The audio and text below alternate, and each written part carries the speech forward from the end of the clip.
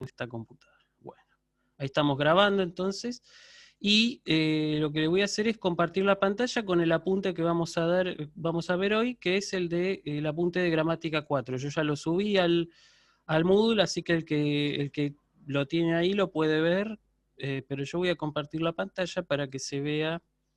Espero que la computadora me sea propicia, que no se me trabe todo.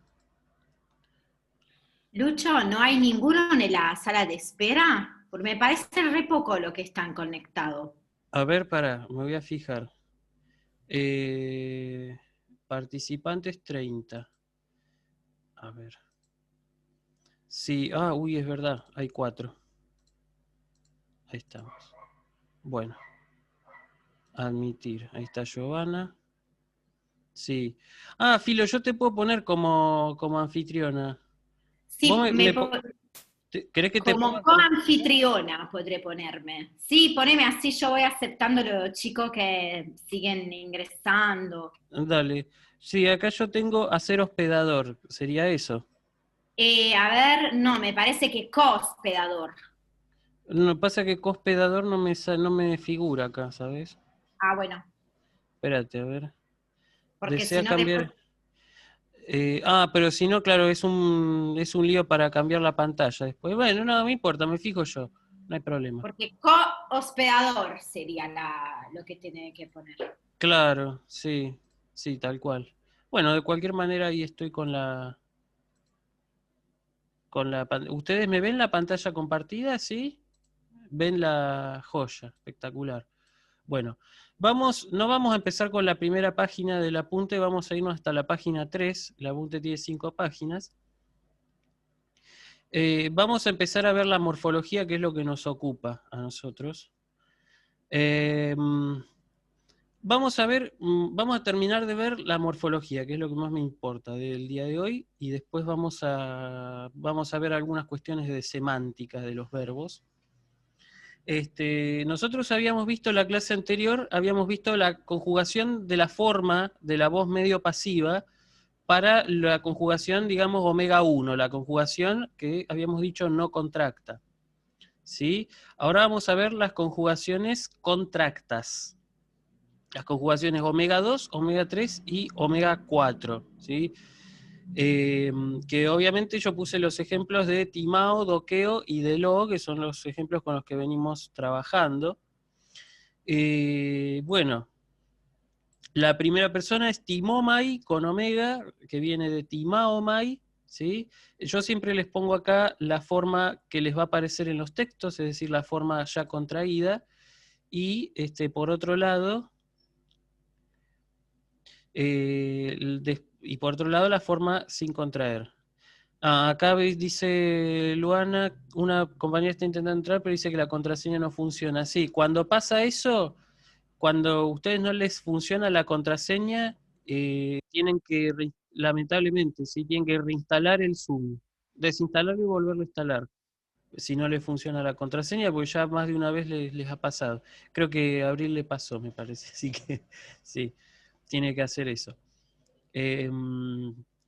Sí, bueno, la conjugación, ¿sí? Entonces, yo siempre pongo la forma contracta, la forma que a ustedes les aparece en los textos, y acá le pongo entre paréntesis de dónde viene, porque si no, ustedes no van a entender de dónde viene. Pero me interesa que se aprendan sobre todo la forma que aparece ¿no? Ahora pongo el punterito, la forma que aparece en los textos, que es esta que yo les señalo acá, ¿sí? Entonces, Timomai es la primera persona, ¿sí? Sería yo soy honrado, sería, ¿sí? Tima, o sea, mejor dicho, sería me honro o soy honrado, ¿sí? Es voz media y voz pasiva. Recuerden que es la misma forma, pero puede tener dos significados distintos. Tima es la forma, sería te honras o sos honrado, ¿sí? Timatai es honrado o se honra a sí mismo. Timómeza somos honrados o nos honramos a nosotros mismos. Timaste ¿sí? También sería como ustedes se honran a sí mismos o ustedes son honrados. Y timontai es la forma para decir son honrados o se honran a sí mismos. Me esperan un cachito que me están tocando la puerta y no sé quién debe ser. Perdón.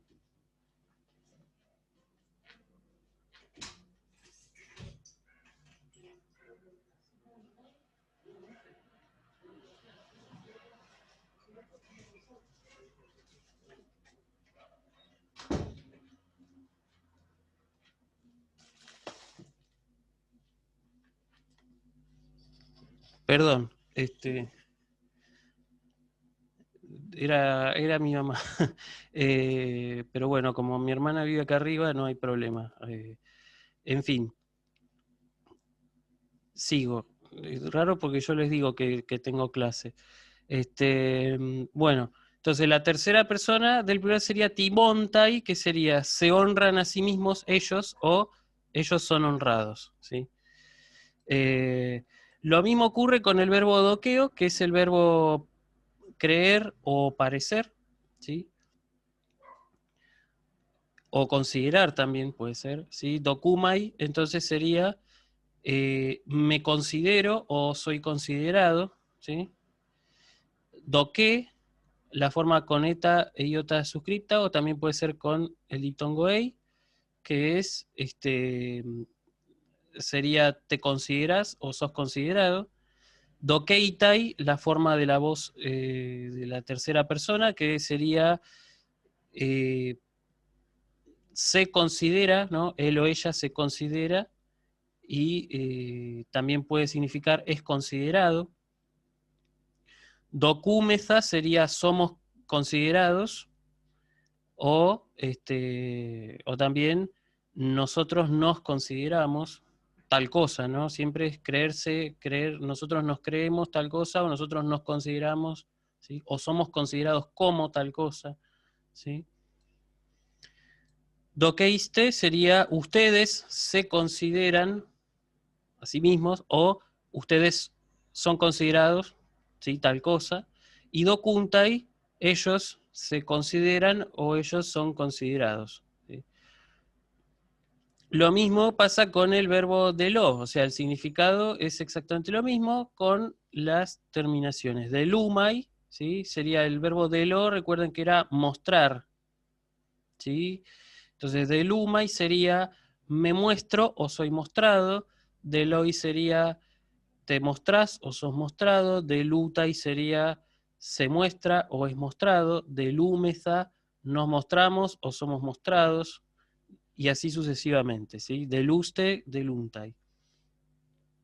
Después yo les puse acá un ejercicio que tienen que buscar en el diccionario el significado de los verbos enguió, filó y duló, lo tienen que buscar en el diccionario, y yo pregunto si hay diferencia de significado entre las formas de voz y conjugarlos en medio pasiva. Bueno, la solución a las conjugaciones ya la subí al Moodle, y eso de la diferencia de significado, eso lo pueden fijar ustedes con una búsqueda en el diccionario, ¿sí? Es muy sencillo.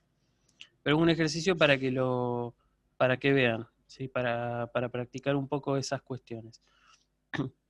Que hay diferencia, eso lo vamos a ver después, que hay diferencia entre, muchas veces puede darse que vos tenés un verbo en una voz determinada, pero a veces no hay una correspondencia exacta, digamos, entre forma activa y significado activo, y entre forma medio pasiva y significados medio o pasivo, ¿sí?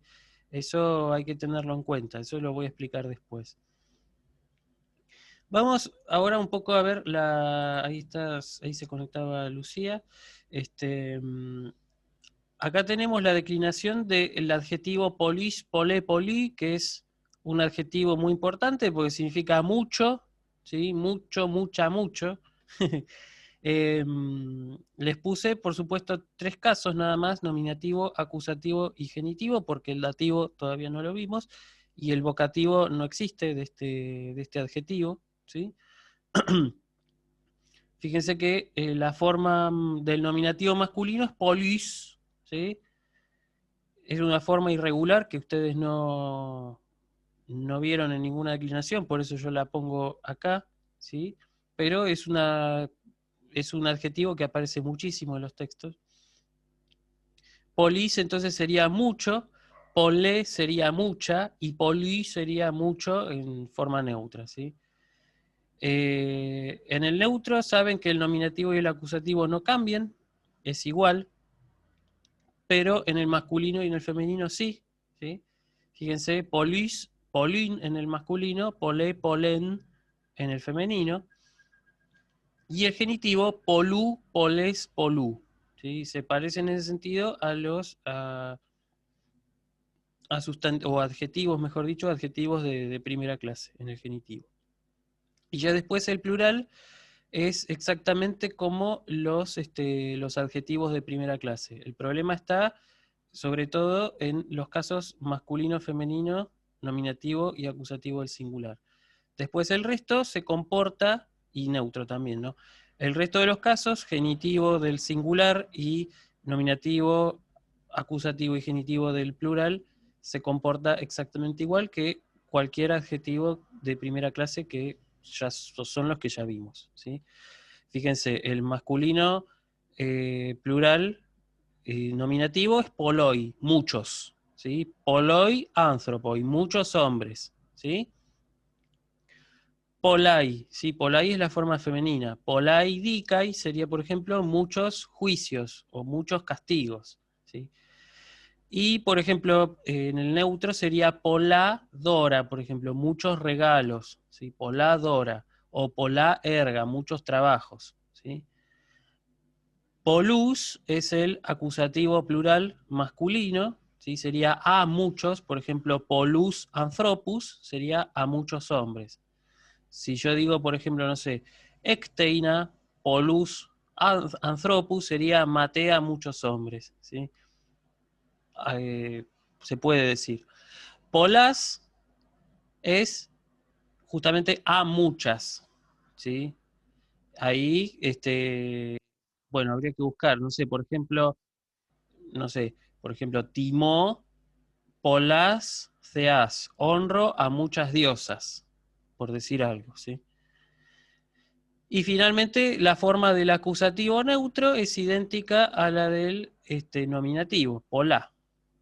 ¿Sí? Recuerden eso del neutro, que siempre nominativo, vocativo y acusativo son iguales, ¿sí? La forma, por un lado, el singular y por otro el plural. ¿Sí? Y finalmente, el genitivo plural de los tres géneros es polón, ¿sí? Entonces va a ser polón anthropon, de muchos hombres. Polón dicón, de muchos juicios o de muchos castigos. Polón doron, de muchos regalos. ¿Sí? Bien.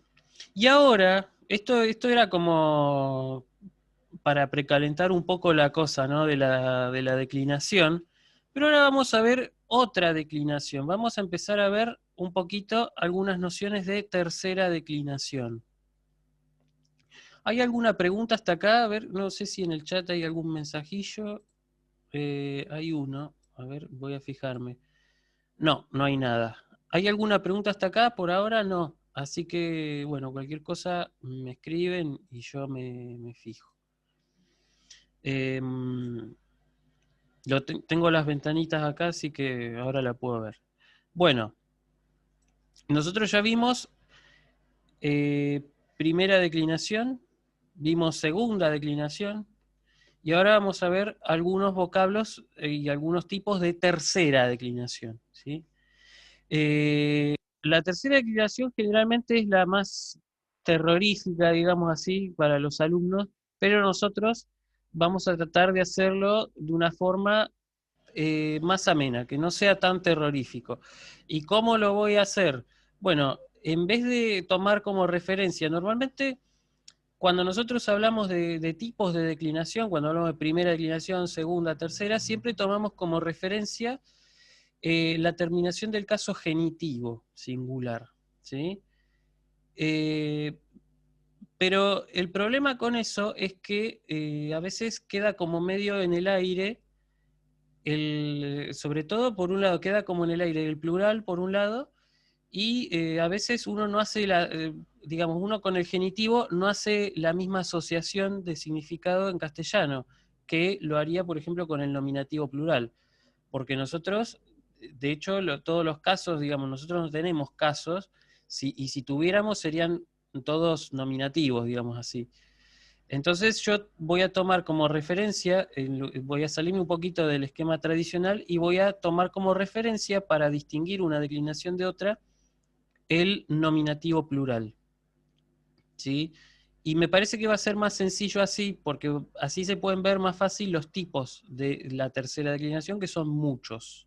O sea, dentro de la tercera declinación hay distintas clases dentro de la tercera declinación, que ahora vamos a ver. ¿Mm? De cualquier manera, hay una serie de características comunes de la tercera declinación, que son las que vamos a ver ahora. Acá Ludmila está haciendo una pregunta. Dice, en la sección de gramática del diccionario Vox aparece la persona singular y plural y también la persona dual. ¿A qué se refiere? Bien, bueno, es una pregunta interesante. Digamos, en griego no existe solamente el singular y el plural como en castellano, sino que también el griego tenía un número, digamos así, para cuando vos hablabas de dos cosas, ¿sí? Por ejemplo, si yo digo anthropos es nominativo singular, anthropoi es nominativo plural, muchos hombres, ¿sí? O varios. En cambio, si yo digo anthropo, que es la forma dual, ahí estoy diciendo dos hombres, ¿sí? Normalmente, digamos, ya el dual es un número que entraba que ya en la época clásica ya estaba prácticamente en desuso, salvo aquellas, digamos, aquellas entidades que normalmente se manifestaban de a dos. Vale decir, por ejemplo, los ojos, las orejas, las manos, no sé, los agujeros de la nariz, digamos, todas cosas duales, digamos, las entidades que venían de a pares, ¿sí? Siempre, normalmente en griego se expresaban con dual, para no usar el plural, ¿sí? Después con el tiempo, ya el plural fue ganando mucho más terreno, porque ya, digamos, no era necesario. En todo caso, los griegos veían, digamos, veían que era más fácil decir, en vez de un dual para la palabra mano, preferían usar el plural, que en definitiva uno ya entendía que era con las dos manos, ¿sí? Eso es, no es, entonces no es la persona singular y plural, sino que es el número, singular, número plural, número dual, ¿sí? El dual nosotros no lo vamos a ver, al menos por ahora, porque primero que tiene poquitas formas, y como ya dije, es una forma que es en desuso, ¿sí? Es una forma que ya en la época clásica era residual, ¿sí? Así que es una forma que, digamos, tampoco tiene tanta importancia, ¿sí? Tal vez cuando tengan que hacer alguna traducción así de tragedia, tal vez se encuentren con algunos duales, pero ni siquiera, ¿sí? Así que eh, no vale la pena, al menos en un curso de griego 1, que veamos dual. En todo caso, si llegamos a ver algo de eso, que sea para griego 2. Así que bueno, no se preocupen por el dual, ¿sí? Por ahora. Vamos a ver singular y plural y listo.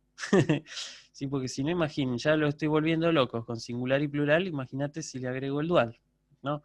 Eh, sí, sí, no hay que asustarse, no se preocupen por el dual, tranquilo, ¿sí? Ustedes síganos a nosotros en las clases, lean los apuntes, con eso van a andar bien, ¿sí? Este, Si quieren alguna gramática así de referencia por ahí para consultas externas, siempre recomendamos la gramática de Berenguer Menos, ¿sí? Yo la tengo en digital. Después si quieren se las puedo subir al Moodle, así que para que tengan otra referencia. Por ahí el problema con la gramática que viene dentro del diccionario es que, aparte de explicarte, digamos, los casos dativos y demás, se va mucho en detalles que por ahora a nosotros no nos interesan, ¿sí? Pero con la gramática de Berenguer van a andar bien. Y además creo que es la gramática más clara que existe de griego, o sea, no clara, sencilla, o sea, está hecha justamente para estudiantes bueno, para los que recién empiezan, ¿no? Quiero decir, como ustedes, ¿no? Que están recién empezando. Así que bueno. Pero bueno, vamos a ver ahora un poquito de la tercera declinación, ¿sí? Ya vimos la primera, ya vimos la segunda. La segunda la vimos completa, la primera todavía no la vimos completa, porque nos faltan los nominativos en alfa, pero vimos los nominativos en eta, igualmente en la práctica aparecieron algunos sustantivos en alfa, pero ahora lo que vamos a ver es un poquito la tercera declinación, ¿sí? La tercera declinación, entonces, yo les dije que hay varias clases de sustantivos y adjetivos que se declinan por tercera, pero que hay una suerte de características comunes, terminaciones comunes que valen para todos los vocablos de tercera declinación, y por esa razón es que la llamamos tercera declinación, ni más ni menos, ¿sí? Entonces yo lo que digo es que si nosotros sabemos cómo declinar el nominativo plural, si sabemos cuál es la forma del nominativo plural, vamos a saber declinar todos los otros casos de la lengua, ¿sí? O sea, nosotros para saber cómo declinar una palabra de tercera declinación, tenemos que saber dos casos en vez de uno. Tenemos que saber el nominativo singular y el nominativo plural, ¿sí? Otra forma, la manera tradicional de hacerlo era conociendo el genitivo singular, pero me pareció que era más apropiado darles directamente el nominativo plural, por la razón de que el nominativo plural es un concepto que nosotros, por hablar castellano, tenemos más incorporado. Entonces yo puedo decir el árbol, los árboles, ¿sí? Si ustedes quieren pensar, digamos, una forma del castellano que se parezca a un vocablo, a una palabra de tercera declinación, piensen en la palabra árbol. El árbol, los árboles, ¿sí? Y así van a asociar las palabras de tercera declinación, ¿sí? Así que bueno, lo que vamos a hacer ahora es, ya dije, entonces, sabiendo el caso nominativo plural, como dice el apuntecito, podemos saber cómo se declina el resto de los casos, ¿sí? ¿Y por qué esto? Porque en el caso nominativo plural aparecen algunas consonantes, ¿sí? O se hacen presentes algunos fenómenos fonéticos que no estaban presentes en el nominativo singular, pero que sí aparecen en todos los otros casos, ¿sí? Entonces, si uno sabe el nominativo plural, puede declinar tranquilamente el resto de la palabra, ¿sí? Puede saber cómo son los casos, si conozco, por supuesto, las terminaciones. Así que entonces vamos a ver las terminaciones. Cómo son las terminaciones, y después vamos a ver ejemplos de cómo se va, podemos ver ejemplos de los distintos tipos de palabras de tercera declinación. Por supuesto, vamos a tenernos siempre a los verbos, a los verbos, quiero decir, a los vocablos que vimos en el texto, ¿sí? Eso es lo que vamos a hacer. Entonces, les voy a mostrar las terminaciones de la tercera declinación, ¿sí? Acá yo puse, obviamente, omití el dativo, todavía no vamos a ver el dativo, pero vamos a ver cómo son las terminaciones. Acá en este cuadrito se los explico, ¿sí? Digamos, una cosa es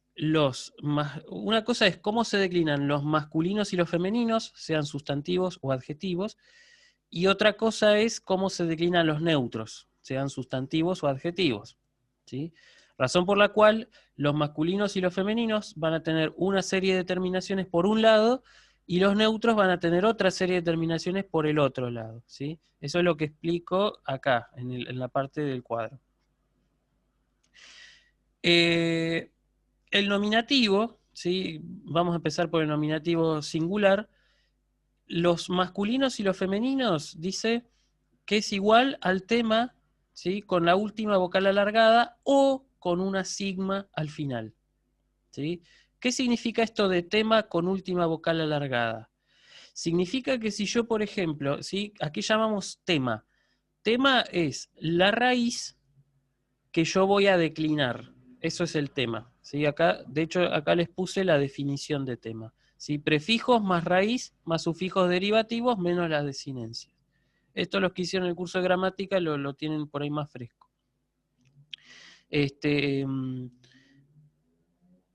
Y los que hicieron gramática española en letras también. Así que esto por lo menos en la época cuando yo era estudiante se explicaba. Entonces, el nominativo singular para los masculinos o los femeninos, el tema puede ser, el tema con última vocal alargada. ¿Qué quiere decir esto? Que si yo, por ejemplo, tengo un tema, por ejemplo, daimon con omicron, el nominativo va a ser daimon con omega. Se va a alargar la última vocal, ¿sí? Va a pasar de omicron a omega, ¿sí? O puede tener una terminación con sigma, ¿sí? En vez de alargar el tema, algunas palabras hacen un nominativo con la sigma final, ¿sí? Por ejemplo, si yo tengo la palabra lámpara en griego que se dice lampás, ahí en el nominativo aparece la sigma, ¿sí? O sea que tenemos dos posibles tipos de nominativos según la palabra. Según qué palabra, puede ser con última vocal alargada o puede ser con una sigma al final, ¿sí? El vocativo, el singular de la tercera declinación es un barullo bastante grande, pero se puede decir que hay dos formas posibles según la palabra de que se trate, según el vocablo. Por eso es importante, junto con la tercera declinación, aprender un poquito de vocabulario. El vocativo puede ser igual al tema, ¿sí? Es decir, el tema, la raíz, digamos, a declinar, pero sin la vocal alargada. Si yo, por ejemplo, tengo la palabra daimon, que como ya dije, daimon con omega en el nominativo, en el vocativo va a conservar su omicron. Está feliz y contenta con la omicron. Ese va a ser el vocativo.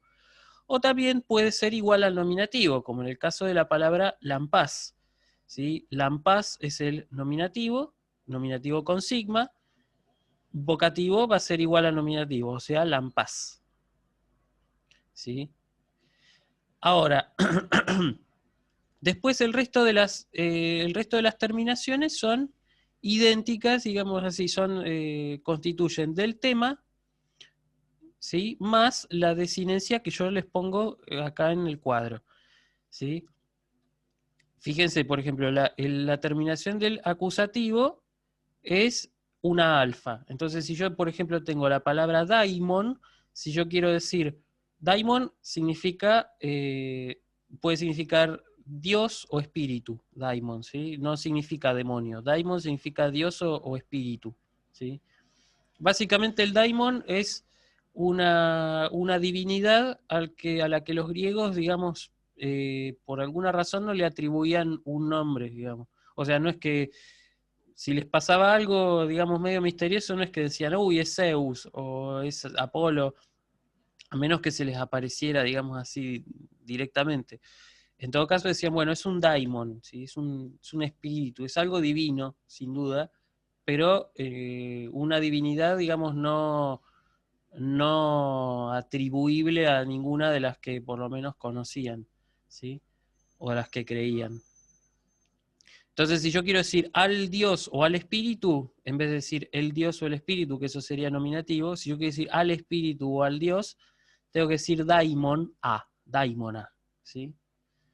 Y eso sería al Espíritu. Y si yo quiero decir del Espíritu, tengo que decir daimonos, ¿sí? Del Espíritu o del Dios, daimonos, ¿sí?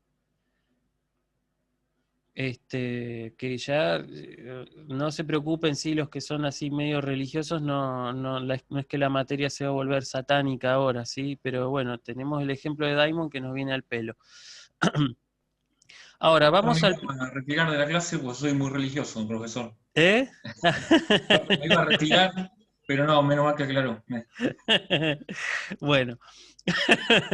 Bueno, ahora si yo quiero decir, por ejemplo, los espíritus o los dioses, tengo que decir daimones. Ahí tengo que agregar la terminación en es. ¿Sí? Daimones. Si yo quiero decir a los dioses o a los espíritus, tengo que decir daimonas. ¿Sí? Y si yo quiero decir de los espíritus o de los dioses, tengo que decir daimonon, con omega ni. ¿Sí? Eso en el caso de los masculinos y los femeninos. ¿Sí? Daimon, la palabra daimon es justo una palabra masculina. Lo mismo ocurriría si fuera una palabra femenina, exactamente lo mismo. En el caso de lampas, por ejemplo, lampas, la palabra para decir lámpara en griego es, la palabra para decir lámpara es femenina, entonces dicen G lampas, la lámpara. ¿Sí? G lampas, vocativo G lampas. Ahora, si yo quiero saber cómo declino el acusativo de lampas, tengo que saber primero cómo es el nominativo plural. Pues bien, el nominativo plural de lampas es lámpades, con delta. Entonces eso a mí, si yo sé el nominativo plural, puedo declinar el resto de los casos. Entonces si yo sé que lampades es el plural de lampas, puedo saber cómo va a ser el acusativo singular, porque va a ser lampada, ¿sí? Con delta. ¿Sí? No como la lambada No es lambada. de la canción. ¿Eh? No es lambada, no es el baile brasilero. No, exactamente, no. Este es lampada con P, ¿sí? Lámpada, ¿sí? Acusativos. Eso sería a la lámpara, sería lampada. ¿Sí? Y si yo quiero decir de la lámpara, digo tes lampados, ¿sí? Porque recuerden, una vez que yo sé el nominativo plural, puedo declinar el resto, ¿sí? Si no sé el nominativo plural, no puedo declinarlo, o sea, o a menos que, bueno, que sepa otro caso que aparezca, ¿sí? Ya les digo, tradicionalmente los profesores de griego dicen, bueno, si ustedes saben el genitivo del singular, pueden declinar los otros, pero yo me quedo más con el nominativo plural, porque por un lado, ahí yo me entero, digamos, o sea, yo lo asocio, como hablante de castellano, lo asocio mejor al plural. Y por otro lado, si yo, digamos, puedo reconocer que es una palabra con un nominativo singular y un nominativo plural, puedo también darme cuenta del género, porque todas las terminaciones en es, por ejemplo, daimones, lampades, ahí yo me doy cuenta que el sustantivo o es masculino o es femenino. Si yo hubiera dicho, por ejemplo, que el plural es daimona, cosa que no es el caso, ahí yo me hubiera dado cuenta que la palabra era neutra, ¿sí? Entonces, si yo quiero decir, bueno, y volvamos con lampaz. Entonces yo tengo lampada, lampados, genitivo singular, lampades, ya dije, nominativo, vocativo plural. Y si yo quiero decir a las lámparas, tengo que decir lampadas, ¿sí? Parece que soy como un nene con problemas de dicción hablando, pero sí, es lampadas, ¿sí? Y finalmente, si yo quiero decir de las lámparas, tengo que decir lampadon, ¿sí? Nada que ver con, bueno, con otra palabra con R que no voy a decir.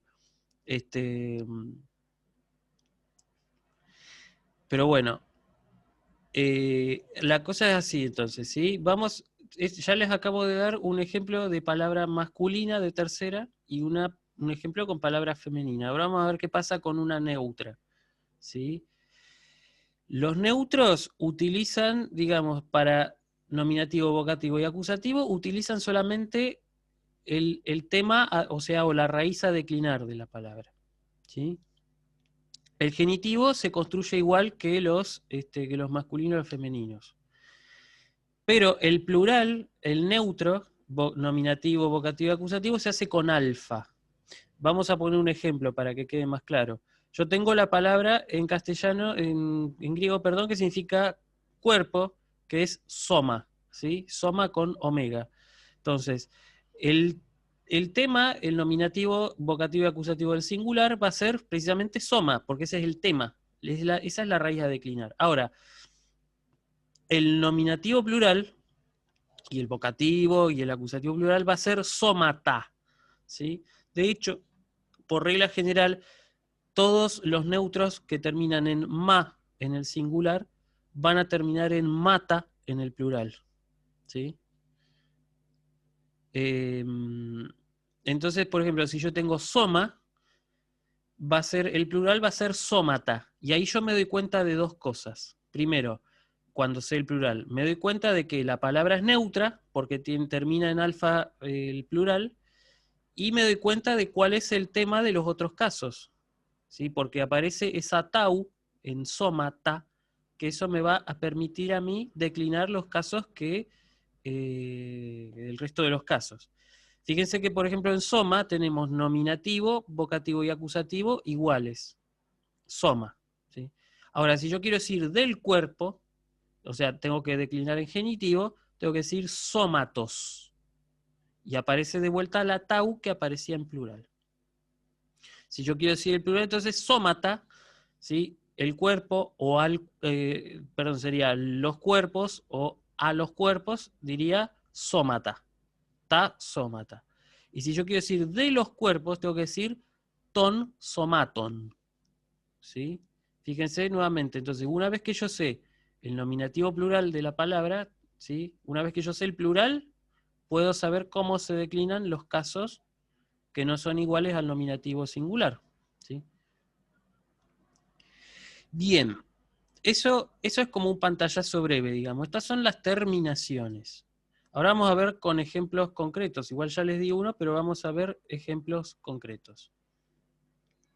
Y nuevamente propuse una clasificación que se base sobre todo en los nominativos singular y los nominativos plurales. Simplemente para qué. Porque si yo hiciera, por ejemplo, una clasificación de tercera declinación por tema, tal vez yo pensaba que por ahí se podían confundir por la cantidad excesiva, digamos, de nominativos posibles que puede tener, digamos, una clasificación por tema, por raíz. ¿Sí? Entonces, yo lo que propongo acá es una clasificación de la tercera declinación que se base en, por un lado, la forma del nominativo singular y por otro lado, la forma del nominativo plural. Y eso va a ser más fácil, más intuitivo, me parece, para ustedes. Y vamos a verlo por qué. El primer grupo que vamos a ver, ¿sí?, de palabras de tercera declinación son aquellas palabras que tienen su nominativo singular que termina en omega ni. ¿Sí? Cuando ya vemos esta terminación omega ni, nos podemos dar cuenta de una cosa. Nos podemos dar cuenta que, por ejemplo, el tema, el nominativo singular, tiene el tema alargado. ¿Sí? ¿Por qué? Porque justamente si el nominativo singular termina en ni, no va a terminar en sigma. Entonces, ahí me dice ya de entrada que el nominativo se forma con el tema alargado. ¿Sí? Y estos sustantivos de tercera pueden ser o bien masculinos o femeninos. Yo no tengo... Lucho, perdón si te interrumpo, pero Sí. escriben que hay gente en la sala de espera. Ah, sí, ahí está Micaela, ahí la agrego. Gracias, Filo. Ahí se está uniendo, joya. Bueno. Perdón, sí, por la demora. Ahí estamos. Bueno, ya la admití. Entonces, tercera declinación, dije entonces, una clasificación que propuse por nominativos, ¿sí? Los primeros que vamos a ver son los nominativos que terminan en omega ni, ¿sí? Nominativos singulares. ¿Sí? Estos sustantivos pueden ser masculinos o pueden ser femeninos dependiendo de la palabra, ¿sí? De hecho, no tenemos forma de darnos cuenta cuándo es masculina o cuándo es femenina, salvo si hay un artículo que aparece ahí que me dice esto es femenino, esto es masculino, nada más. Pero en general yo puedo decirles que digamos, el 80% o el 70% de estas palabras son masculinas. ¿Sí? Hay un porcentaje de palabras femeninas, pero en su mayoría son masculinas. Y yo acá puse, ¿no? Fíjense que dice masculinos / femeninos en on. Y estos pueden formar dos plurales, ¿sí? Según la palabra, por supuesto, según qué vocablo, pueden hacer un plural en ones con omicron, o puede hacer un plural en ones con omega, siempre dependiendo de la palabra en cuestión, ¿sí? No es que es opcional el nominativo plural que yo puedo usar para cada palabra, sino que algunas palabras hacen el plural en ones con omicron y otras palabras hacen el plural en ones con omega. ¿Sí? Y a esta misma declinación pertenece un grupito de sustantivos, que esto sí, yo les puedo asegurar que son todos masculinos, que también hacen el nominativo singular en omega ni, pero que su plural, cuyo plural, mejor dicho, lo hacen en ontes con omicron o en ontes con omega. ¿Sí? Fíjense que ahí aparece en un caso es ones y el otro es ontes. ¿Sí? Y se declinan, por suerte, se declinan de la misma manera, ¿sí? O sea, en ese sentido no tenemos ningún drama. Y yo el ejemplo paradigmático que les puse es el nombre que aparece en el texto base, que es eutifrón. ¿Sí? Eutifrón, que recuerdan que habíamos visto que significaba de ánimo recto. ¿Sí? Entonces, si yo quiero decir, por ejemplo, eutifrón, digo eucifrón. ¿Sí? Entonces, yo cuando sé, digamos, fíjense que yo acá les puse como ejemplo el nominativo singular y les pongo también el plural para que tengan una referencia, ¿sí? Para que sepan cómo se declina el resto de la palabra. Obviamente, como es un nombre propio, muchas veces los plurales de los nombres propios se omiten, pero cuando uno busca, por ejemplo, los tratados de gramática antigua, como ellos eran tan así con la gramática, les inventaban, digamos, los plurales. Digamos, no es que se los inventaban de la nada, sino que seguían las reglas que correspondían, y es lo que estamos haciendo nosotros. ¿Sí? Es decir, es muy raro que alguien dijera, por ejemplo, los eutifrones, a menos que haya, no sé, un eutifrón A y un eutifrón B, que, por ejemplo, podía darse tranquilamente. Si ustedes recuerdan la Ilíada, tienen los dos Ayantes, los dos Ajax Telamón y Ajax de Oileo. En ese caso se podía usar tranquilamente los plurales, o incluso, si quieren, los duales. Pero nosotros, como no vemos dual, bueno, vamos a ver el plural nomás. ¿Sí? Entonces, el ejemplo dijimos que era eucifron para el nominativo, y el plural eucifrones. Entonces ya sabemos cómo declinar el resto de los casos. Vocativo es igual al nominativo, en esta palabra, en este caso. ¿Sí? El acusativo, entonces tomamos siempre para el resto de los casos, acusativo, genitivo y todo el plural, siempre tomamos como referencia el nominativo plural. ¿Sí? Entonces yo digo, el acusativo es eucífrona. ¿Sí? El genitivo, o sea, si yo quiero decir, por ejemplo, a eutifrón es eucífrona. Si yo quiero decir de eutifrón es eucífronos. ¿Sí? Si yo quiero decir, por ejemplo, los eutifrones, ahí tengo que decir eucífrones, que eso es lo que ya vimos recién. El vocativo plural siempre es igual al nominativo plural. Ahí está Tiziana que está queriendo entrar, así que ahí la admito. Si yo quiero decir, por ejemplo, a los eutifrones, sería eucífronas. ¿Sí? Fíjense que la alfa, digamos, en la terminación as de la tercera declinación es breve, mientras que la terminación en as de la primera declinación es larga. Eso ténganlo en cuenta. ¿Sí? Porque juega un rol, por supuesto, en la acentuación. Y finalmente, si yo quiero decir de los eutifrones, tengo que decir eucifronon, con omega y ni al final. ¿Sí? Y acá yo puse un montón de ejemplos que responden justamente a todas estas declinaciones. Por ejemplo, la palabra león, ¿sí? Si yo tengo, por ejemplo, león, plural hace leontes, entonces yo ya sé cómo declinar el resto de los casos. La palabra para decir viejo, que es geron, el plural es gerontes. ¿Sí? Entonces ahí sabemos cómo declinar el resto de los casos, sabiendo el nominativo plural. Por ejemplo, tengo la palabra para decir ruiseñor, que es femenina. ¿Sí? Ellos no dicen el ruiseñor, dicen la ruiseñor. la ruiseñora sería, G aedón, plural aedones, ¿sí? Las ruiseñoras sería. Si yo quiero decir, por ejemplo, al nombre Agamenón, hay un montón de nombres que son así en griego, ¿sí? Jo Agamemnon, fíjense, es Agamenón. Y si yo quiero decir los Agamenones, tengo que decir Agamemnones, ¿sí? Si yo quiero decir, por ejemplo, Platón también se declina por esta declinación. Platón se declina como Eutifrón, pero hace con omega, el plural. Entonces tengo que, a la hora de declinar Platón, tengo que usar en vez de la omicron, como hice con Eutifrón, tengo que usar la omega.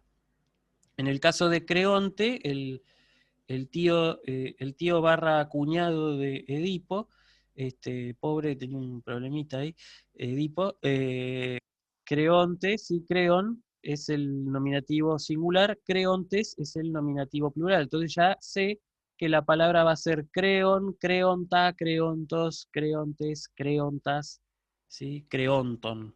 Y ahí ya sabemos cómo se va a declinar el resto. Por ejemplo, otra palabra que aparece acá es alectrion, que alectrion es la palabra para decir gallo o gallina en griego. Puede ser entonces masculina o femenina. Fíjense que tiene jo-ge, o sea que yo puedo decir jo alectrion va a ser el gallo, ¿sí? Ge alectrion va a ser la gallina, ¿sí? Muchos nombres de animales se escriben igual, pero cambiando el artículo podemos marcar, digamos, la diferencia si es macho o si es hembra. Y es el caso de la palabra para decir gallo o gallina, que es alectrión. Y el plural lo hace alectriones. Entonces yo ya sé a partir de ahí cómo declinar el resto de la palabra, ¿sí? Si yo quiero decir, por ejemplo, genofonte en griego se dice xenofón, ¿sí?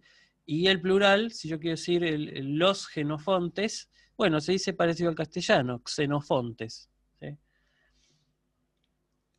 Y si yo quiero decir, bueno, acá justamente tiré el ejemplo de Jodaimon, ¿sí? El dios o el espíritu, el plural es daimones. Entonces yo sabiendo el nominativo plural puedo saber cómo se declina el resto. Ahora bien, recuerden que la forma tradicional de acordarse cómo se declina el resto de la palabra es sabiendo el genitivo singular. Por eso los diccionarios les ponen a ustedes el genitivo del singular y no el nominativo plural, como hago yo, y que me parece que sería más intuitivo para ustedes. Vamos a hacer el ejercicio de agarrar el diccionario y buscar, por ejemplo, alguna palabra de estas. Vamos a buscar, por ejemplo, Geron, a ver si tiene que aparecer, porque es una palabra muy, muy sencilla. Ya si no está Geron, tiro el diccionario por la ventana. Vamos a buscar. Bueno, acá dice, ¿sí? Bueno, aparece Geron on. Estoy en la página 119, primera columna del box. ¿Sí? Dice Geron on, viejo antiguo. O sea, ahí funcionaría como adjetivo. Pero después dice, hay una doble barra, dice subst, que eso es sustantivo, ¿no? Geron ontos ho. ¿Sí? Geron ontos ho. ¿Qué me está diciendo esto a mí? Geron es el nominativo singular. Ontos es el genitivo singular, ¿sí? Que es el caso que tradicionalmente a ustedes les sirve para reconocer la terminación. Pero yo les digo, es más fácil acordarse del nominativo plural. Entonces, dice Geron ontos ho, y el ho, por supuesto, es el artículo que a mí me dice el género de la palabra. En este caso, Geron es masculino, ¿sí? Porque para decir vieja hay otra palabra que es graus, que se declina de otra forma, ¿sí? Geron es el viejo, ¿sí?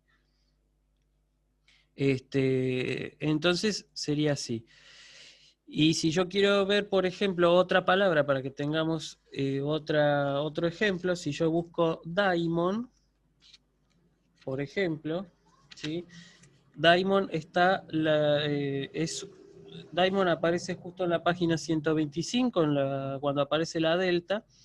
En la segunda columna, fíjense que dice daimon onos, jo y ge. O sea que fíjense, daimon también puede ser masculino o femenina, porque también podemos referirnos a un dios o a una diosa, ¿sí?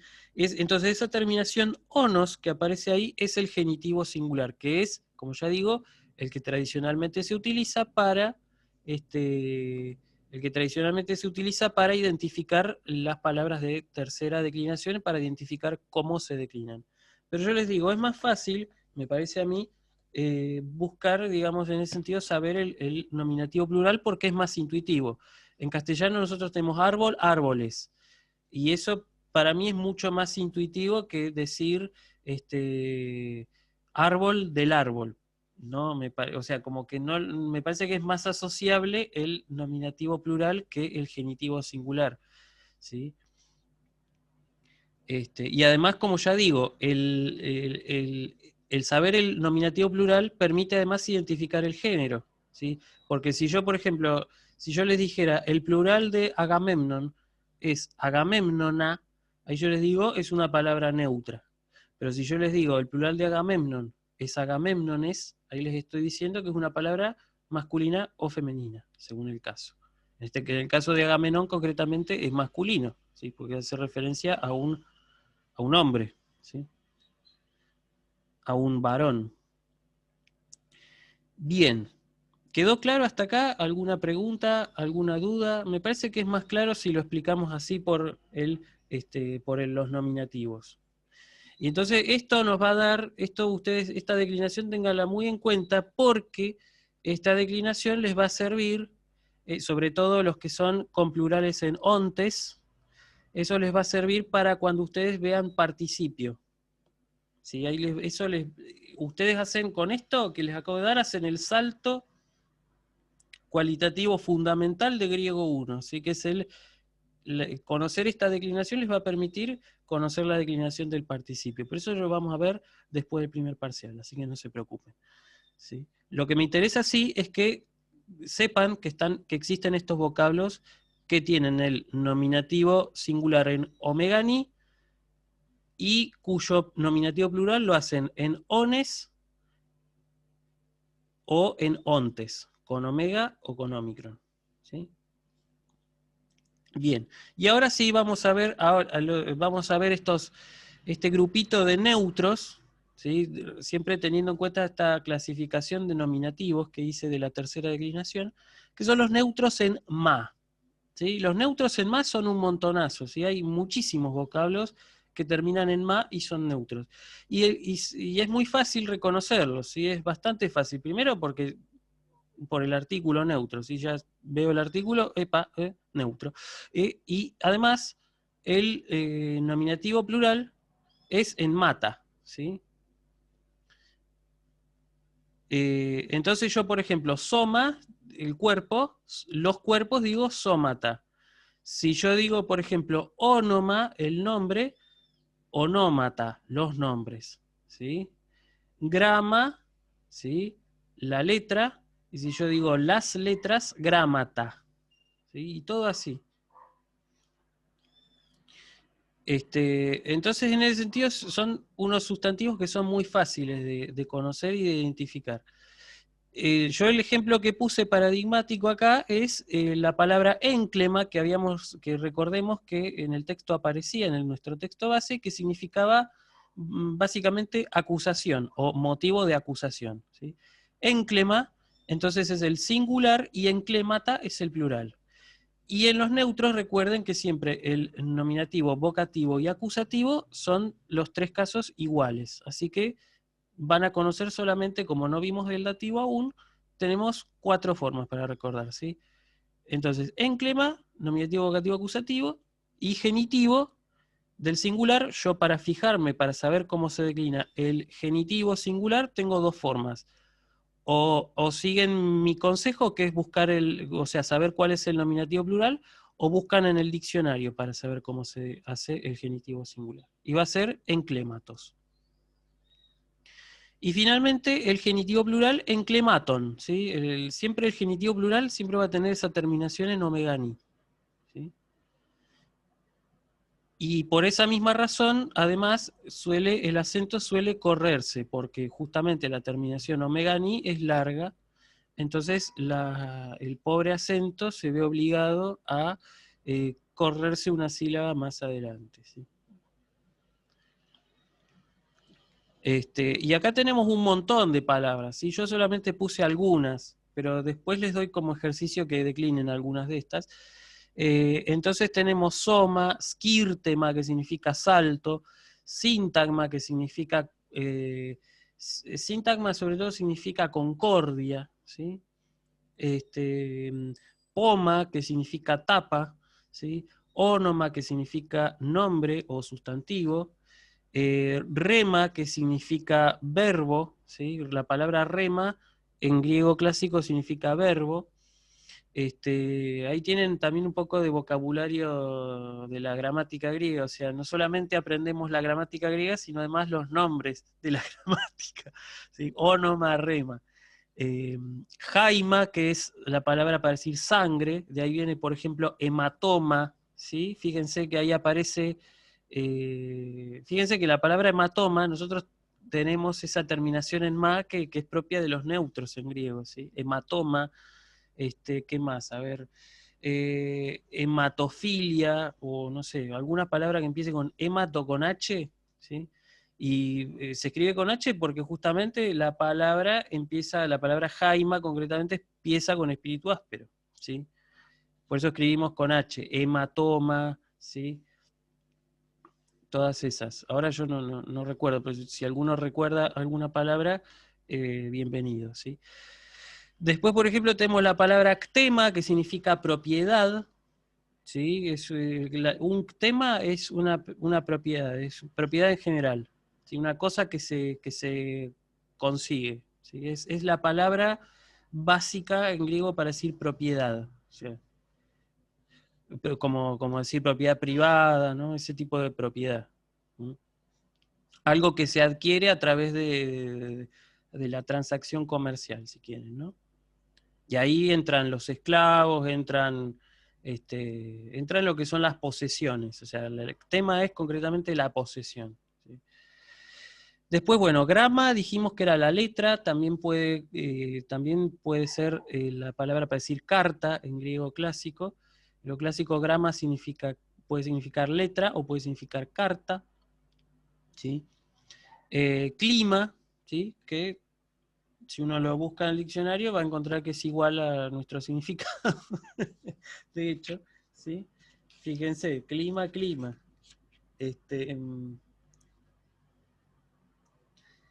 Sí, bueno, también significa exacto, porque tiene que ver con clima, tiene que ver con el clima justamente, pero originalmente lo que significaba era como la parte, digamos, donde empieza a bajar la montaña, ¿no? Dice acá, inclinación o pendiente de una montaña. Si tiene que ver con esa raíz cli, que es eso que tiene que ver con lo inclinado, con la declinación inclusive, ¿sí? Clima. Y después la otra palabrita que la vieron en el práctico, que es jarma, que es carro, ¿sí? Entonces, el carro, to jarma. Los carros, ta jarmata, ¿sí? Bien. Y por último, y ya con esto terminamos con la tercera declinación, me parece, no, nos falta un poquito, nos falta un poco todavía, sí. Vamos a ver los nombres, algunos nombres propios, que son todos masculinos, cuyos nominativos singulares en eta sigma, ¿sí? En ese sentido, se parecen a sustantivos de primera declinación, pero no son sustantivos de primera declinación, son sustantivos de tercera declinación. Estos nombres no tienen plural, ¿sí? En sentido propio no tienen plural, pero hacen el mismo plural de los sustantivos de primera declinación por analogía. Entonces acá, ¿cuál es el problema? Entonces, que no tengo nominativo plural de referencia, ¿sí? Pero no hay que hacerse problema, porque ya conociendo el nominativo singular, ya podemos saber cómo se va a declinar, ¿sí? Solo para estos casos, solo para este tipo de palabras. Y acá hay entran un montón de nombres que a nosotros no son muy conocidos, ¿sí? Por ejemplo, Aristóteles se declina según esta declinación, Aristófanes, Demóstenes, Diógenes, Diomedes, ¿sí? Todos esos se declinan por tercera, ¿sí? Hipócrates, Isócrates, el propio Polinices, uno de los hijos / hermanos de Edipo, ¿sí? Todos esos son nombres que se declinan por tercera. Pero ojo, porque se pueden, justamente, tienen que tener cuidado porque se pueden confundir con nombres que siguen primera declinación, ¿sí? Por ejemplo, un nombre propio de primera declinación, por ejemplo, es Eurípides. El nominativo singular es exactamente el mismo, ¿sí? Y el plural lo hace igual. ¿Dónde está la diferencia? La diferencia está en el genitivo, justamente. ¿Sí? Y ahora vamos a ver. El plural de estos nombres de tercera yo no los voy a decir porque son iguales a los de primera, pero sí voy a dedicarme a los singulares, que son los que se distinguen de la primera declinación. Fíjense, nominativo singular es, en el caso de nuestro ejemplo que aparece en el texto, es Sócrates, ¿no? Por supuesto. Entonces, el nominativo singular es Sócrates, con eta, ¿sí?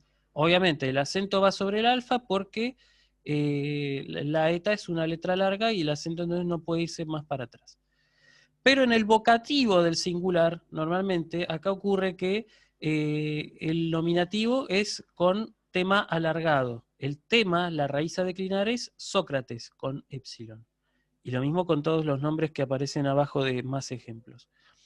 ¿Sí? Entonces, el vocativo va a ser igual al tema puro, sin alargamiento. Por eso Sócrates con épsilon, razón por la cual el acento en ese sentido se libera y se puede ir más para atrás. Entonces, cuando querían llamar a Sócrates, los griegos no decían «Oh Sócrates», sino que decían «Oh Sócrates», ¿sí? Y si lo mismo pasaba con Aristóteles, si uno quería decir «Oh Aristóteles», justamente decían así, «Oh Aristóteles», y no decían «Oh Aristóteles», porque esa no es la... De hecho, la acentuación castellana es más parecida, nuestra acentuación castellana de estos nombres se parece más al vocativo singular que al nominativo singular. ¿Sí? El nominativo singular es con el acento en la otra sílaba. O sea, si yo tengo, por ejemplo, el nombre Sócrates, el nominativo va a ser Sócrates, pero el vocativo va a ser Sócrates. ¿Sí? Si yo tengo, por ejemplo, el nombre Aristóteles, el nominativo va a ser Aristoteles, pero el vocativo va a ser Aristóteles, como en castellano. ¿Sí? Es una buena, está bueno como para recordarlo así. Ahora, el problema está en los casos acusativo y genitivo. ¿Por qué? Porque siguen unas terminaciones que no se condicen, en principio, con las terminaciones que vimos en la tablita de hace un rato para las de tercera declinación. ¿Cuál es el problema acá? El problema es que, digamos, ocurre una serie de fenómenos fonéticos, ¿sí? Entonces eso hace que a las desinencias originales se pierdan y queden nuevas desinencias. Por ejemplo, vamos a ver qué pasa si yo quiero decir a Sócrates. Yo no puedo decir, recuerden que el tema es el que me da el vocativo, ¿sí? El tema es la raíz a declinar, el tema en este caso era Sócrates. Sócrates es todo el tema, ¿sí? No es que esa sigma aparece como una desinencia, esa sigma es parte de la raíz de la palabra, ¿sí? Entonces, si yo digo Sócrates, uno tendría que decir acusativo, debería decir Socratesa, ¿sí? Pero eso a los griegos les sonaba horrible, ¿sí? Entonces, ¿qué hacían? Primero, lo que pasaba era que la sigma que aparecía entre la épsilon y entre la terminación caía. Y en segundo lugar, hacían contracción. La épsilon con la alfa breve y formaban la letra larga correspondiente. Obviamente yo esto no se los voy a... no quiero que aprendan, o sea, no me es necesario que aprendan este fenómeno fonético, pero sí me interesa que aprendan ya la terminación hecha, como sucede con los verbos contractos. Lo que pasa es que acá, concretamente en estos nombres de tercera, además de la contracción que vimos que se producía en los verbos contractos, tiene lugar también una caída, lo que se conoce como caída de sigma intervocálica, que es otro fenómeno fonético del griego, ¿sí? Entonces, por eso decimos, si yo quiero decir a Sócrates, tengo que decir ton Socrate. No puedo decir ton Sócrates, queda feo, horrible. No aparece eso en ningún dialecto, ¿sí? En el caso de los verbos contractos, por lo menos los verbos sin contraer pueden aparecer en algunos dialectos, pero nunca aparece un vocablo con la sigma, con esa sigma ahí entre vocales, jamás, en ningún dialecto, ¿sí? Entonces, por eso es Sócrate, ¿sí? Sócrate con eta, además. Lo mismo pasa con el genitivo del singular, que ya no va a ser Sócratesos, que sería la forma normal, digamos, sino que va a ser Socratus. ¿Qué ocurre ahí? Insisto, cae la sigma que está entre la épsilon y la ómicron, y la épsilon y la ómicron hacen la contracción y forman ese diptongo que es Socratus. Entonces, si yo quiero decir de Sócrates, tengo que decir tu Socratus, ¿sí? Si yo quiero decir, por ejemplo, de Aristóteles, tengo que decir tu Aristotelus. Si quiero decir de Aristófanes, tengo que decir tu Aristofanus. Y así sucesivamente. Si quiero decir, por ejemplo, de Demóstenes, tengo que decir tu Demóstenus. ¿Sí? Si quiero decir de Diomedes, tu Diomedus. Y podría seguir así toda la clase, pero me queda poco tiempo ya. Pero bueno, vale, ¿sí? ¿Se entendió hasta ahora? Fíjense que esto que nosotros lo damos como algo muy tormentoso, fíjense que así, dado así, me parece, si lo clasificamos por nominativos, no parece tan terrible, me parece a mí por lo menos, ¿no? Pero bueno, sí es importante que conozcan la diferencia entre Sócrates, por ejemplo, Sócrates es un nombre que se declina por tercera, pero mientras tanto el nombre Alcibíades, ¿sí?, se declina por primera, ¿sí? Y en ese caso, ahí, en este caso concreto, es importante saber el genitivo singular. Por suerte para eso tenemos el diccionario, ¿sí? Porque el diccionario nos dice el nominativo singular y nos dice el genitivo singular. ¿Sí? Bien, vamos a continuar entonces ahora seguimos con tercera declinación, pero vamos a ver dos sustantivos que son irregulares, ¿sí? Pertenecen a un tipo de la tercera declinación, que son los tipos en ro, en líquida, que se conoce como temas en líquida, pero estos dos yo los doy por separado porque son irregulares, tienen algunas irregularidades. Porque para empezar, digamos que el tema que termina en ro, ¿sí?, antes de la ro hay una letra épsilon, que esa letra épsilon va a caerse en determinados casos. Por eso es que, tienen esa irregularidad. Y son dos palabras muy básicas de la lengua, en toda lengua, que son la palabra padre y la palabra madre, ¿sí? La palabra pater y la palabra meter, ¿sí? Pater es padre y meter madre, ¿se entiende? ¿Mm? Fíjense que en griego se dice meter y no se dice como en latín mater, ¿no? Pero eso responde a una cuestión de los dialectos, ¿sí? No importa, es un dato de color que les estoy tirando ahora, digamos, ¿no? Meter se decía así en jónico y en ático, pero mater, por ejemplo, se decía en dórico y en eólico, ¿sí? El griego occidental, el griego que estaba más cercano a los italianos y a los latinos, o a los romanos y al latín, usaba con la letra A, ¿sí? Entonces en ese sentido era como que es parecido. En el dórico, digamos, es más parecido en ese sentido, no quiero decir en otros, pero en ese sentido sí se parecía al latín, ¿sí? En cambio, el jónico y el ático, que son otros dos dialectos, utilizaban en vez de la alfa, utilizaban la eta. Entonces, por eso dicen meter, ¿sí? Vamos a ver cómo se declinan, ¿sí? La declinación de estas dos palabras es muy parecida. Siempre omito, por supuesto, ¿cómo se llama? El dativo. Pero vamos a ver qué pasa, ¿sí? Si yo quiero decir el padre, sería ho pater.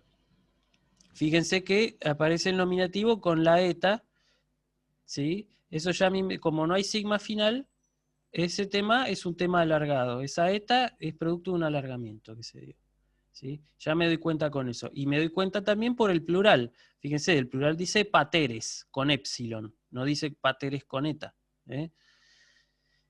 Esto quiero decir, ho pater, el padre. Los padres, hoi pateres, ¿sí? Si yo quiero decir oh padre, no es lo mismo. El vocativo es distinto. El vocativo es distinto en este caso al nominativo. Entonces dice pater. Además, por excepción, digamos, y porque se trata de esta irregularidad, retrotrae el acento, ¿sí? Oh pater, dicen los griegos, para decir oh padre, ¿sí? Pero el vocativo plural es, como siempre pasa, es igual al nominativo plural. El acusativo, si yo quiero decir al padre, tengo que decir ton patera. Y si yo quiero decir a los padres, tengo que decir tus pateras. Si yo quiero decir del padre, acá no digo tu pateros. No, está mal, ¿sí? Porque si no, uno no piensa, no sé, está hablando del vino patero, no sé, ¿sí? El genitivo singular es tu patros, ¿sí? Es la irregularidad de estos nombres, de estas dos palabras, ¿sí? Y es una irregularidad que se da también en el dativo del singular, pero como todavía no lo vimos. Mientras tanto, si yo quiero decir de los padres, tengo que decir ton, con omega, pateron, ¿sí? Ton pateron, ¿sí? Y finalmente con meter ocurre muy parecido, ¿sí? Yo digo, si yo quiero decir la madre, digo ge meter. Las madres, jai meteres. Si quiero decir oh madre, digo o meter, con circunflejo en la eta, ¿sí? ¿Por qué? Porque el vocativo aparece con el tema sin alargamiento. O meter. Y si yo quiero decir o madres, es igual al nominativo plural. O meteres. Si yo quiero decir a la madre, ten metera, ¿sí? Si quiero decir a las madres, tas meteras. Y si quiero decir de la madre, ocurre lo mismo que con patros, digo metros, ¿sí? Si yo quiero decir de la madre, digo tes metros. Y si quiero decir de las madres, ton meteron, ¿sí? Entonces ahí ya tenemos dos vocablos que son importantes porque obviamente se usan, son palabras de uso muy común, padre y madre, ¿sí? Y aparece, la palabra que aparece en el texto base era pater, porque recuerden que el eutifrón, que encontró Sócrates en el pórtico de la Stoa, ¿sí? ¿Qué pasaba? Eutifrón estaba acusando a su padre de homicidio, ¿sí? Eso es lo que hacía Eutifrón, concretamente. Eutifrón había ido al pórtico para acusar a su padre que había matado a alguien, ¿sí? Entonces, bueno, ahí por eso se sorprende Sócrates, ¿no? Y bueno, y ahora finalmente, que también esto corresponde a los vocablos de tercera declinación, vamos a ver cómo se declina el pronombre interrogativo para decir quién o qué, ¿sí? Y también vamos a ver cómo se declina el indefinido, que es alguno, alguien o algo, ¿sí? ¿Cuál es la diferencia? No hay ninguna diferencia, digamos, en la forma entre el interrogativo tisti y el indefinido tisti. No hay diferencia de declinación, no cambia la forma. Lo que sí cambia es el acento, ¿sí? El acento del interrogativo siempre es un acento agudo y siempre se coloca sobre la sílaba que va más atrás. En cambio, el acento del indefinido, en las formas que son monosílabas, no tienen acento. Y las que son bisílabas, tienen el acento sobre la última sílaba, ¿sí? Por eso fíjense que en el cuadrito tienen una terminación, ¿sí?, con el acento y el punto y coma. El punto y coma, recuerden que es el signo de pregunta. Y otra terminación sin el signo de pregunta y sin acento. Por esa razón, no es que yo me equivoqué, ¿sí? Y además otra cosa tengo que decir, que digamos, la forma tis es la forma que corresponde a los masculinos y a los femeninos. Esto lo hemos visto en clases anteriores. La forma tis, y por supuesto los restantes casos, responde a masculinos y a femeninos, y la forma ti responde a neutros. Si yo quiero decir, por ejemplo, ¿qué hombre? Quiero decir tis anthropos. Si quiero decir ¿qué juicio? Tengo que decir tis dike. Y si quiero decir ¿qué regalo? Tengo que decir ti doron. ¿Sí? Y eso sería si fuera el interrogativo. Si yo quiero decir, por ejemplo, algún hombre, tengo que decir anthropostis. Si quiero decir algún juicio, tengo que decir diketis. Y si quiero decir algún regalo, digo doronti. ¿Sí? Entonces, bueno, teniendo en cuenta esto, vamos a ver, ¿sí? En primer lugar, tengamos en cuenta siempre que podemos acá fijarnos en el nominativo plural, así que tis es el singular masculino y femenino, y ti es el nominativo singular neutro. El plural para el masculino y femenino es tines, ¿sí? Y el plural nominativo neutro es tina. Entonces, si yo quiero decir, por ejemplo, ¿qué hombres? Tengo que decir tines anthropoi. Si quiero decir ¿qué juicios? Tengo que decir tines dicai. Si quiero decir ¿qué regalos? Digo tina dora. ¿Sí?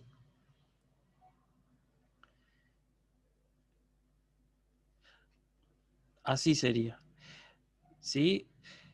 ¿Qué pasa? Vamos a ver en los otros casos. Recuerden que en los neutros el nominativo y el acusativo son siempre iguales, ¿sí? Pero en el masculino y femenino la forma es, si yo quiero decir, por ejemplo, ¿a qué hombre? Tengo que decir tina anthropon, ¿sí? ¿A qué hombre?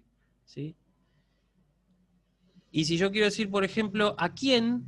¿Sí? Si hago una pregunta, ¿a quién? Ese es tina, ¿sí? Acusativo singular masculino / femenino. ¿Sí? Y si yo quiero decir ¿a qué hombres? Tinas anthropus. ¿Sí? ¿A qué hombres? Tinas anthropus. Y si quiero decir, por ejemplo, a algunos hombres, tengo que decir anthropus tinas. ¿Sí? Y ahora, si quiero decir, por ejemplo, en el genitivo, para los tres géneros es la misma forma, ¿sí? Tinos y tinon, para el plural. Entonces yo quiero decir, por ejemplo, ¿de qué hombre? Digo, tinos anthropu. Si quiero decir, ¿de qué juicio? Tinos diques. Si quiero decir, ¿de qué regalo? ¿Sí? Tinos doru. ¿Sí? Y si quiero decir, por ejemplo, ¿de qué regalos? Tinon doron. ¿Sí? Y así. Bueno, y yo después puse unos ejercicios. Bien, creo que estamos bien con el tiempo. Que estos ejercicios ya ya subí posibles resoluciones porque hay mucho de elegir, ¿sí? Estos ejercicios que ya ya tienen alguna posible resolución en Moodle, así que pueden practicar. Esto es todo para que practiquen declinación y concordancia entre los adjetivos y los sustantivos, ¿sí? Así que les va a venir bien.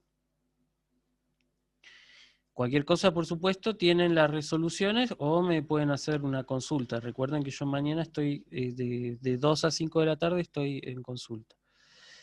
Y estudien, ¿sí? Porque traten de estudiar, porque se viene el parcial la semana que viene, así que tengan cuidado, ¿sí? No es, esta materia no es para tomarla a la ligera, ¿sí? No se olviden de eso. No digan que no les avisé. Y tienen los simulacros, además, ¿sí? A partir del miércoles vamos a empezar a trabajar con los simulacros y ahí voy a dar más detalles sobre condiciones de entrega y demás. Pero bueno, esto yo tengo que dar estos temas que son los últimos que van a entrar al parcial ahora, pero entran, ¿sí? Todo esto que acabo de dar, entra, ¿sí? Bien. Así que, bueno, vamos a... pero ya por suerte podemos dejar un poco la morfología. Esto era lo más importante, lo que tenía que dar, porque si empezaba a dar lo otro, por ahí me iba a demorar un poco más. Ahora sí, volvemos a las páginas volvemos a la página primera de lo de gramática, del apunte de gramática, ¿sí? Y vamos a ver un poco de cuestiones de semántica, que es una cuestión que a mí particularmente me interesa muchísimo. Es muy interesante la cuestión de la semántica de los verbos griegos. Es un tema que me apasiona, que me vuelve loco, que estoy hasta las 5 de la mañana, 6 de la mañana pensando en mi casa, en mi lecho antes de acostarme, digo, ¿qué es esto? ¿Qué pasa acá? Bueno, sí, tal es es un tema que me absorbe completamente, el tema del significado. Sobre todo a la relación que tiene la forma, la morfología de un verbo, con el significado que expresa. Que de hecho la morfología en realidad dice más de lo que uno puede pensar en un principio, ¿sí? Y esto es un poco lo que voy a reflejar ahora. Lo que voy a tratar de reflejar ahora. Espero que puedan seguirme, yo creo que no va a haber problema porque traté de hacerlo lo más clarito que pude, pero bueno, es parte también del conocimiento del griego, ¿sí? O sea, yo lo que presento acá es básicamente qué relación, si nosotros vimos la voz activa, la forma de la voz activa, yo voy a decir a partir de ahora, voy a decir la forma de la voz activa, y la forma de la voz medio pasiva, que recuerden, digamos, la asociación normal que uno hace es, bueno, la voz activa marca que el sujeto ejecuta la acción, ¿sí? Perfecto. Yo como una manzana, yo leo un libro, etc. ¿Sí? En cambio, la forma medio pasiva me puede dar un significado reflexivo, ¿sí? Un significado de voz media precisamente, o un significado de voz pasiva, ¿sí? Yo soy comido, yo soy hecho, no sé, todos los participios que ustedes se imaginen, ¿sí? O sea, es cuando la voz media entonces es la reflexividad, y la voz pasiva es aquella en la cual el sujeto recibe la acción, ¿sí? Fui devorado por una ballena y no sé, si fuera, no sé, Gepetto, por ejemplo, ¿sí? En el cuento de Pinocho. Bueno, ahora lo que yo les voy a dar, sí, y espero que me puedan seguir, es un poco para entender más el tema de la relación entre la forma verbal, ¿sí?, y el significado. Básicamente nosotros, entonces a partir de ahora vamos a hablar de forma de voz X, forma de voz activa, forma de voz media pasiva, y significado, ¿sí? Y vamos a hablar de significado activo, de significado pasivo, de significado medio y de significado neutro, ¿sí? Esto es una cuestión teórica, pero para que entendamos, para que vayamos un poquito más en profundidad con la cuestión del significado. Entonces, el significado activo, ya lo acabo de decir, siempre involucra una actividad, el sujeto ejecuta la acción. Ahora bien, si yo profundizo un poco más, esa actividad puede ser, ¿sí?, puede ser lo que llamamos no causativa, es decir, el sujeto ejecuta la acción él mismo, digamos, haciendo las cosas, ¿sí? Si yo digo, por ejemplo, estudio griego, ¿sí?, soy yo el que está estudiando, no está estudiando otro, ¿sí? Pero también una voz activa o un significado activo puede expresar una actividad causativa, es decir, que yo provoco que otro haga la acción, ¿sí?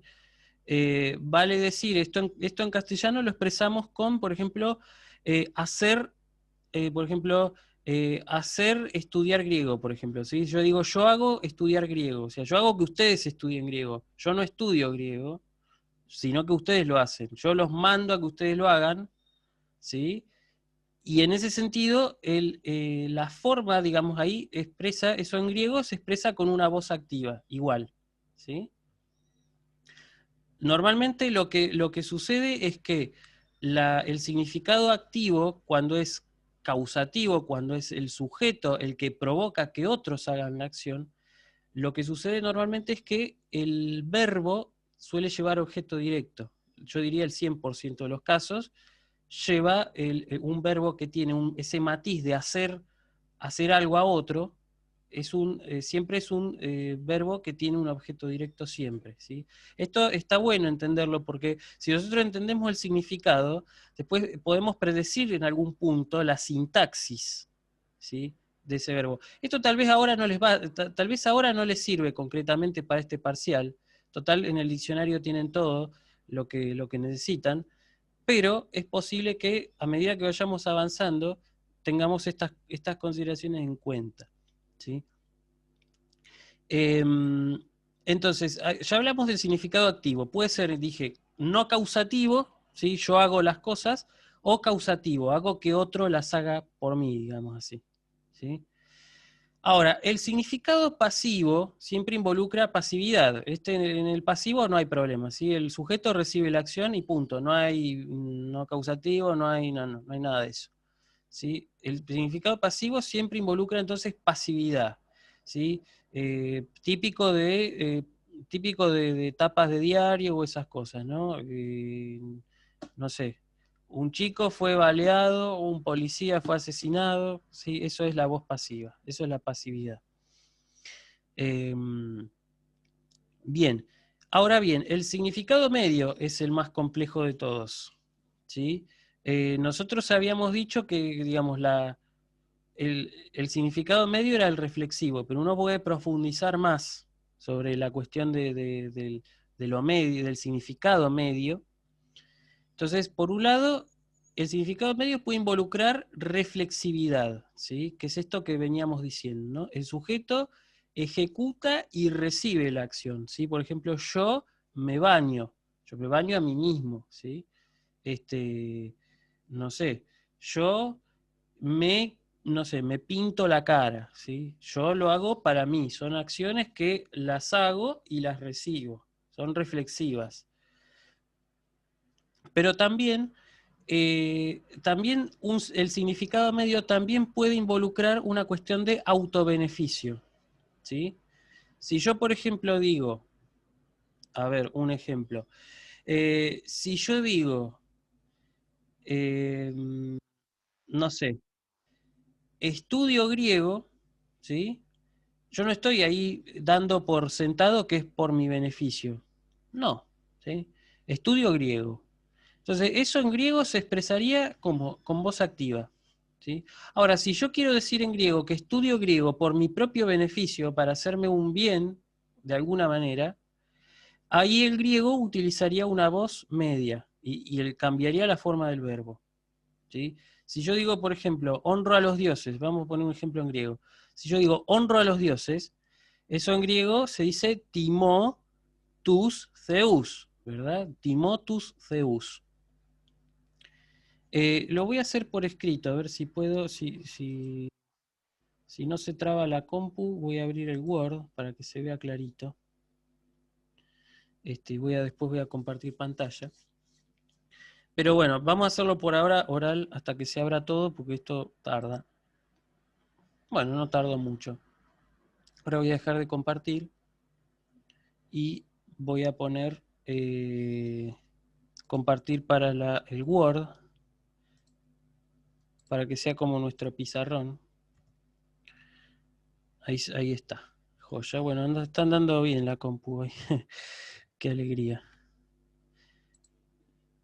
Ahí está. Si yo digo, por ejemplo, entonces, para que entendamos esta idea, ¿no? Recordemos, entonces, significado activo, el sujeto ejecuta, ¿sí? Si yo digo, vamos a poner un ejemplo en griego para que quede claro. Si yo digo, no sé, Josócrates STA melon, un ejemplo, ¿no? Esto significa Sócrates come una manzana, ¿no? Ahí tenemos un significado activo. ¿Mm? De la misma manera yo podría decir también que Sócrates ahí puede, digamos, ese estiei puede significar comer o hacer que otro coma una manzana, ¿sí? No hace, digamos, en ese sentido, el griego no distingue, no hace esa distinción, pero sí lo expresa siempre con la voz activa, con la forma de la voz activa. Entonces, con la forma de la voz activa yo expreso un significado activo, generalmente, que puede ser causativo o no causativo. Ahora, con la forma de la voz pasiva, ¿sí? Yo expreso un significado pasivo, entonces el sujeto es el que recibe la acción. Melon, por ejemplo, es tietai, ¿sí? La manzana es comida, y si yo quiero decir por Sócrates, tengo que decir una expresión que ustedes todavía no vieron, que es hipotu por Sócrates, ¿no? Sería hipotu Socratus. Ahí está. La manzana es comida por Sócrates. Significado pasivo. Ahora, si yo quiero si uno dice, por ejemplo, Josócrates, estietai, ¿sí? Melon, esta es una construcción lícita en griego. Yo puedo usar un sujeto que está comiendo una manzana y usar la voz media. Pero ¿qué está expresando ahí la voz? La forma, esta forma que es voz, que digamos en presente es la forma de la voz medio pasiva, pero está expresando un significado medio, claramente. Pero no es un significado reflexivo, porque Sócrates no se puede comer a sí mismo, nadie que yo sepa se coma a sí mismo. A menos que sea una especie de entidad metafísica un poco extraña, podría ser, no sé, un agujero negro, qué sé yo, no sé. Pero, digamos, en este caso, Josócrates, Estieta y Melon, lo que está diciendo es que Sócrates está comiendo una manzana en su beneficio. ¿Sí? Come una manzana porque, digamos, ahí cuando uso la voz media, el griego está dando a entender que esa acción la ejecuta para su propio bienestar, para su propio provecho. ¿Sí? Esa es la segunda expresión que expresa la voz, el significado medio, y que se expresa en la morfología con la forma de la voz medio pasiva. Ahora, si yo quiero también... Sí. Una pregunta, profe. Sí. Estaba pensando el primer motor inmóvil de Aristóteles, que se piensa a sí mismo, ¿qué sería una reflexividad? Esa sería una reflexividad, exactamente. Sería una muy buena pregunta. Es una voz media y se usa la forma de la voz media, ¿sí? Sería claro, porque Aristóteles habla del primer motor, entonces sería como el verbo que usa es noeo, que es pensar. Noeo, ¿no? Es como inteligir, sería, bueno. Entonces, Aristóteles dice que el primer motor sería, ¿cómo era para decir motor? Bueno, no me voy a acordar ahora. Pero bueno, también lo llamaba Dios, así que podemos decir que Joseos sería no eitai, ¿no? El Dios como que se piensa a sí mismo. Ahí tenemos otro matiz, ¿no? Los tres matices del significado medio, la reflexividad, el beneficio, y hay aún otro más, ¿sí? Que es el que vamos a ver, que es cuando el sujeto ejecuta la acción con sentimiento, con fuerza, con garra, con toda la pasión del mundo, ¿sí? Entonces yo, por ejemplo, si dijera que yo enseño griego, yo tendría que usar una voz media porque lo hago así, con fuerza, con ganas y dedicación. Y bueno, y Filomena y Constanza pueden decir lo mismo en ese sentido. Entonces, si yo digo, por ejemplo, didasco ten heleniken, eso va con mayúscula, ten heleniken glotan, ¿sí? Esto significa enseño la lengua griega, ¿sí? Ahora, si yo quiero decir que la enseño con tesón, ¿no? Como dicen los españoles, ¿no? Con fuerza, con garra, ¿sí? Con fuá, como dicen a veces, es didascomai, si uso la voz media.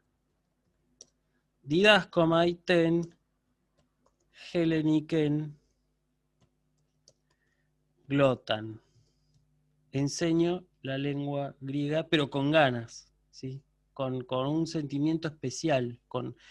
Entonces, fíjense que ahí ya el concepto de voz media, si uno va a la precisión, digamos, y empieza como a tamizar, digamos, los significados, que en definitiva la voz media también puede expresar, como acabamos de ver, la voz media también puede expresar un significado activo.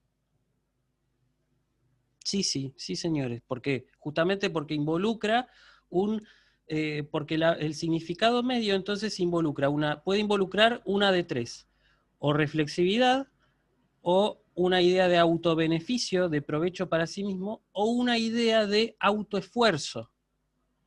Eso es lo que marca, esos son los tres grandes significados de la voz media. Y el significado concretamente del autoesfuerzo tiene mucho que ver con la voz activa, ¿sí? Y eso es lo que ahora yo voy a explicar a continuación. Voy a dejar de compartir pantalla acá para que se entienda lo que quiero decir. Y voy a poner de vuelta el compartir el PDF. ¿Sí? Entonces, nos falta ver un significado más, que es el significado neutro, que es el más fácil, es el que aparece con Amy, por ejemplo. El significado neutro siempre involucra un estado del sujeto. No involucra ni una actividad, ni una pasividad, ni una reflexividad, ni nada de eso. Involucra un estado. ¿Sí? Por eso el verbo imi es como el ejemplo de... El imi, por ejemplo, el verbo imi se construye con una voz, con una forma de voz activa, pero tiene un significado no activo, tiene un significado neutro. ¿Sí? Por eso es que el verbo imi no tiene voz medio pasiva, muy sencillo. ¿Sí? Entonces ahora vamos a explicar esto, ¿no? Un poco repasando lo que les acabo de decir. La relación normal, digo normal, ¿no? Como normal en el sentido normal de la palabra normal, la relación normal entre forma de voz y significado consiste en que la forma de voz activa expresa un significado activo, lógico, ¿sí? Y la de la voz medio pasiva expresa un significado que puede ser un significado medio o un significado pasivo, dependiendo de la oración donde se halle, por supuesto. ¿Sí? Entonces, puse el ejemplo de dioko. ¿Sí? El ejemplo de dioko, recuerden que era perseguir. ¿Sí? Dioko es un verbo que se da perfecto toda la relación normal de forma de voz y significado. ¿Por qué? Porque el significado activo, la forma activa, dioko, ¿sí? Tiene un significado activo, ¿sí? Que a su vez puede ser no causativo o causativo. Yo puedo traducir dioko como persigo, y en ese caso hay un sujeto que ejecuta la acción él mismo, o también puedo decir hago huir, hago que otro huya. Ahí sería como el significado causativo. En definitiva, perseguir es eso, es hacer que otro huya. Para los griegos es así, ¿sí? Lo entienden de esa manera. El significado pasivo, yo ahí tengo que valerme de la forma de la voz medio pasiva, diokomai, para expresar un significado pasivo. Entonces soy perseguido.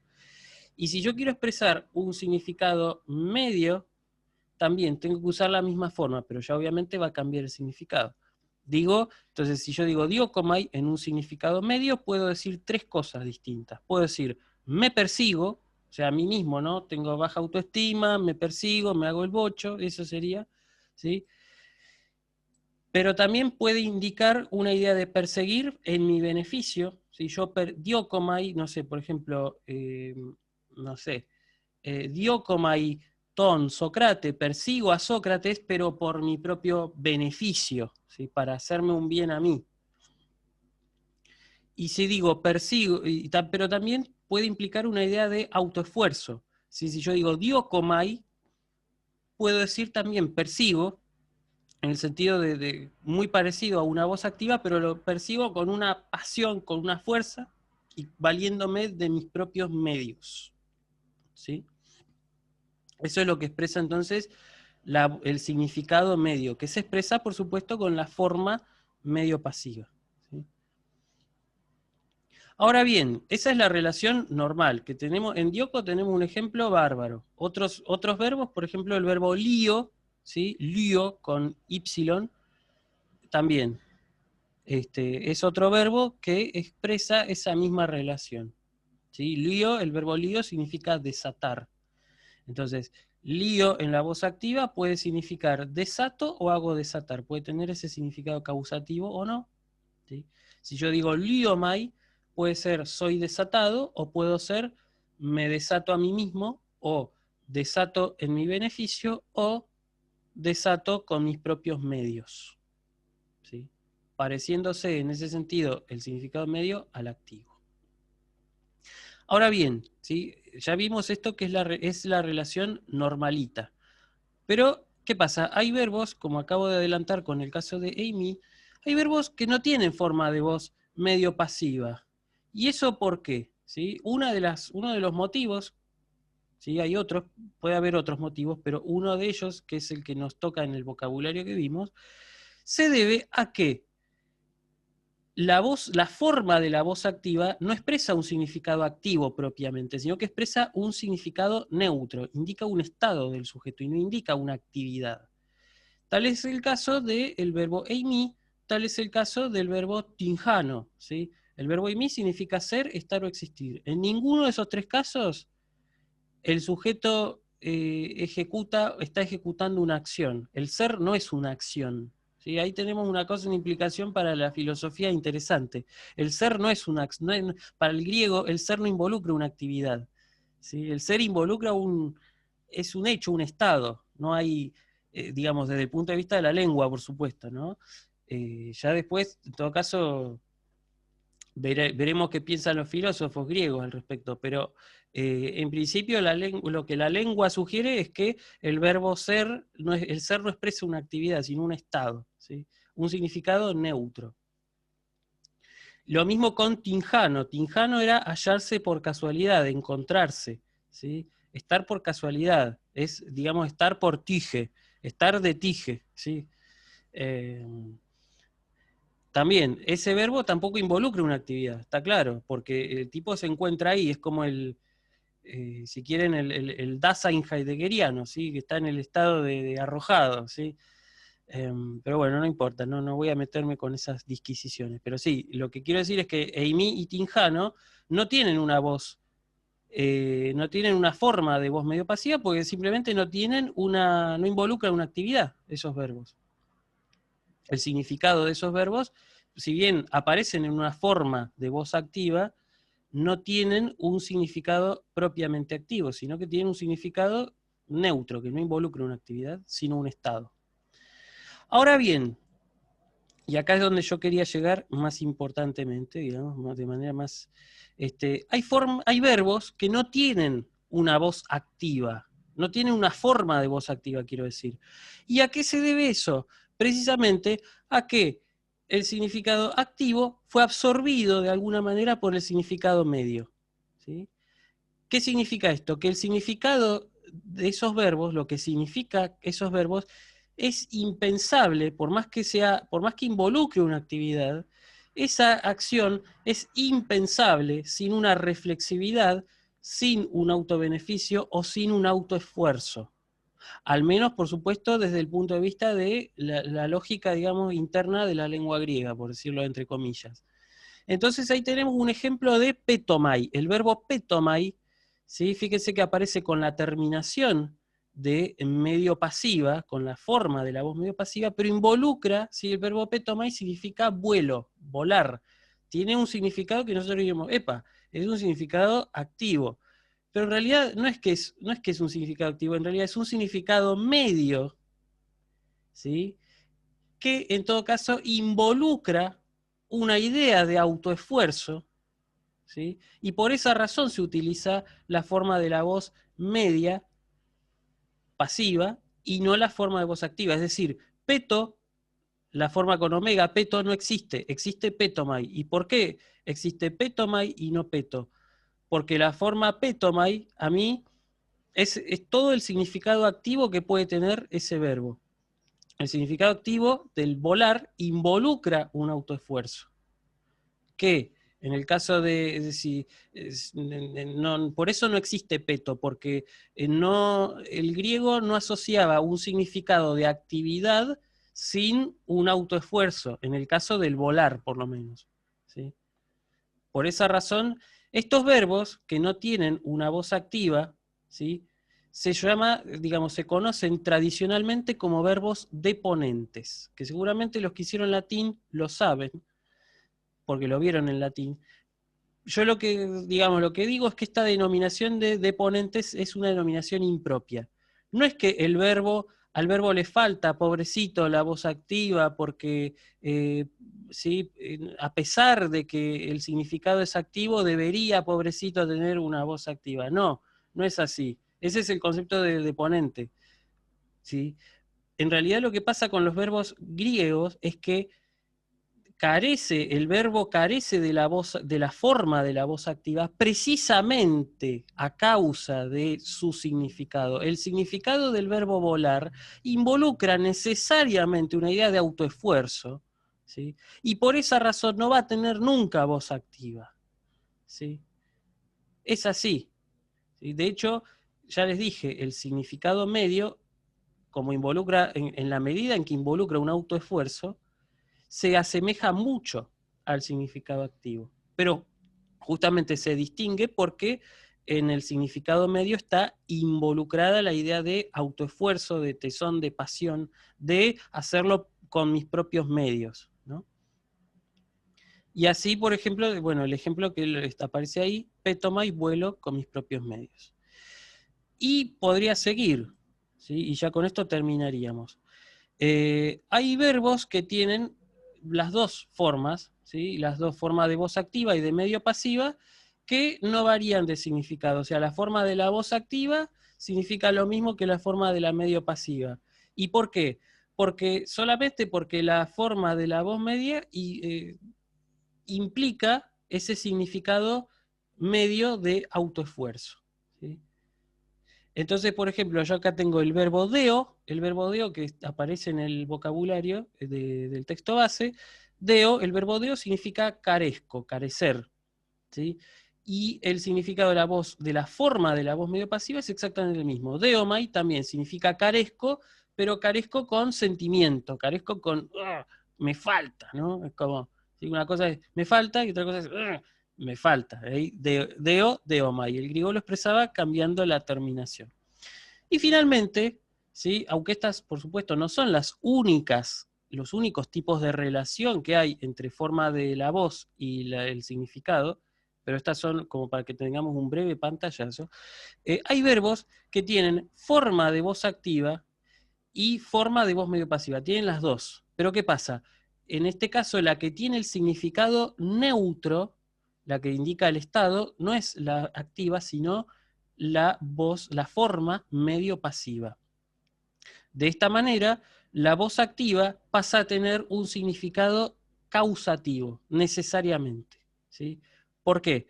Porque el estado marcado por ese significado neutro guarda cierta relación con una pasividad. Vamos a ver el ejemplo para que lo entendamos mejor. El caso del verbo mainomai o maino, ¿sí? La forma maino, la forma de la voz activa, significa hago enloquecer, o sea, hago que otro enloquezca, ¿sí? No es que me enloquezco a mí mismo, no, eso no existe. La forma de la voz activa es hago enloquecer, ¿sí? Y en cambio, la forma de la voz medio pasiva, que es mainomai, ¿sí? Significa estoy loco, ¿sí? O sea, es como que ya tengo el estado de loco, ¿sí? Y eso implica, por supuesto, la pasividad. ¿Por qué? Porque el estar loco no involucra una reflexividad, no es que yo me vuelvo loco, como decimos nosotros. Yo estoy loco, ¿sí? No involucra tampoco un autobeneficio, porque ¿a quién hace bien estar loco? Y tampoco implica un autoesfuerzo, porque nadie se esfuerza por estar loco. A menos que seas como el Joker, no sé. Pero generalmente no, digamos, no involucra un autoesfuerzo. Pero, obviamente, tiene cierta relación, el estar loco, el estado de locura, tiene cierta relación con el recibir esa locura de otro lado. Entonces tiene cierta relación con la pasividad. Razón por la cual maino significa hacer enloquecer a otro, y mainomai es justamente el estar loco. ¿Sí? No significa enloquecer, porque no hay una actividad ahí, sino que indica un estado, el estar loco. ¿Sí? Bueno, y eso sería entonces las relaciones entre la forma verbal y los significados. Por supuesto, cada verbo va a tener distintas formas de relacionarse con sus formas de voz, según su significado. Por supuesto, vamos a seguir tratando esto con más detalle. Pero ya con estos verbos que vimos, que aparecen en el vocabulario, tenemos por lo menos un primer pantallazo de las posibles relaciones que puede haber. ¿Sí? Piensen en general en la relación normal. Estas, digamos, estas que acabo de dar son como anomalías, entre comillas, pero son anomalías que no son casos aislados tampoco. ¿Sí? Responden a esta idea que tiene, sobre todo responde a la ambigüedad de la voz media. La ambigüedad esa de que la voz media en ciertos aspectos y en cierto modo puede tener un significado activo. ¿Sí? Entonces a veces por eso aparecen los verbos estos deponentes, por eso aparecen estos verbos con leves variaciones o con ninguna variación de significado, o aparecen estos verbos, ¿sí?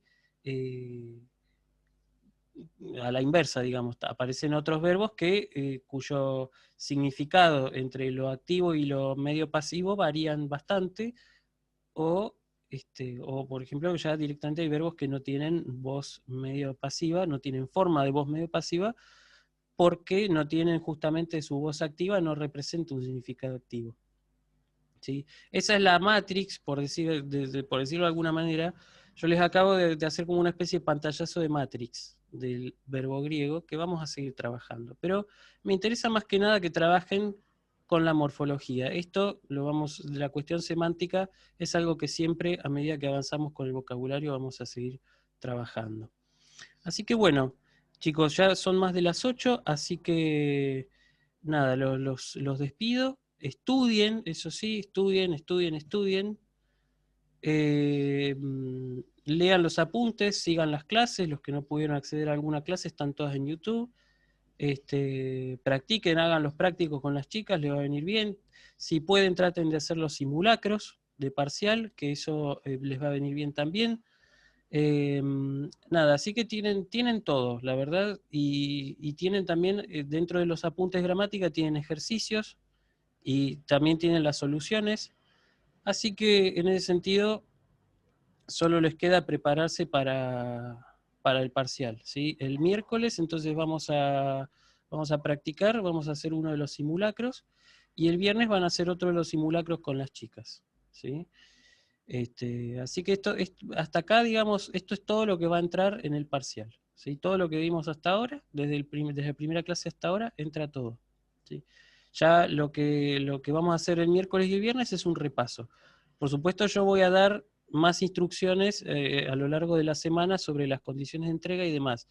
Lo que les puedo ir adelantando es que el parcial tiene, eso sí, van a contar con 24 horas para hacerlo, ¿sí? De manera tal que van a trabajar con textos largos, pero van a tener bastante tiempo. Y además van a tener que hacer las preguntas de cultura. Bueno, esos detalles yo los voy a dar la clase que viene. Por ahora, voy a dejar de compartir pantalla. Y espero, bueno, les agradezco nuevamente la paciencia. Así que bueno, nos veremos entonces el miércoles a las 16. Recuerden, estudien. Yo les voy a poner el pajarito carpintero arriba de la cabeza. Estudien. Así que bueno, nada más. Les deseo entonces, nada, buenas tardes, buenas noches. Así que hasta luego. Chaucito. Nos vemos. Chao, profe. Chao, Chau, profe. chau. Chao.